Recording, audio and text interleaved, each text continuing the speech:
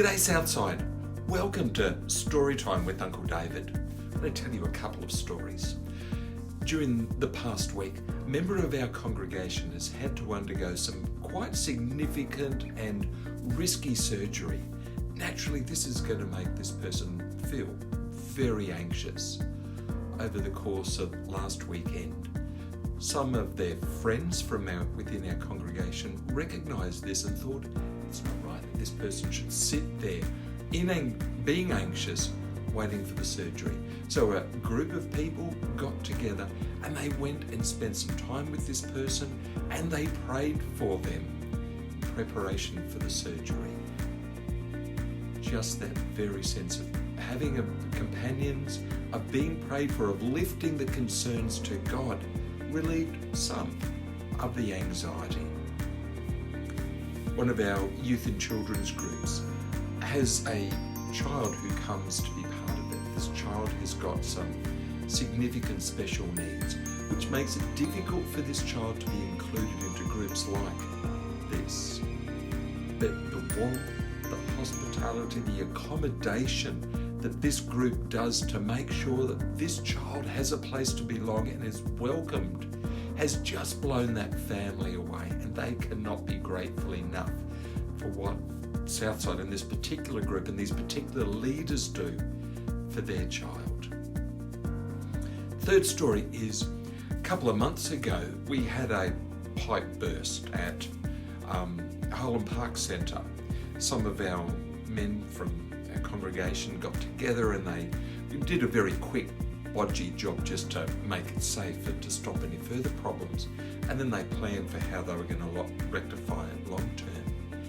This past week a group of men got together at Holland Park and spent the entire day fixing it. They got trenches in, they dug trenches, they laid pipes, they worked really hard, but in the end of it, the pipe is restored, the property is back to how it should be, and as a congregation we have had thousands of dollars saved because of the value of the volunteer labour that was given. What have all three of those stories got in common? All three of those stories are about people from our congregation, people who are followers of Jesus Christ, who have used their gifts to give as a blessing to others. The gift of prayer, the gift of hospitality, the gift of helping and using their practical skills. And in giving those gifts, they've been a blessing to other people, to relieve anxiety, to be able to have the joy of seeing their child included in a group with other children. I've just been able to save our congregation a significant amount of money. But at the same time, the people who have used those gifts have been blessed themselves. It's been an expression of love. It's been an expression of giving for the sake of other people. In talking to all of those people, I've never heard any sense of resentment that they've had to go and do this.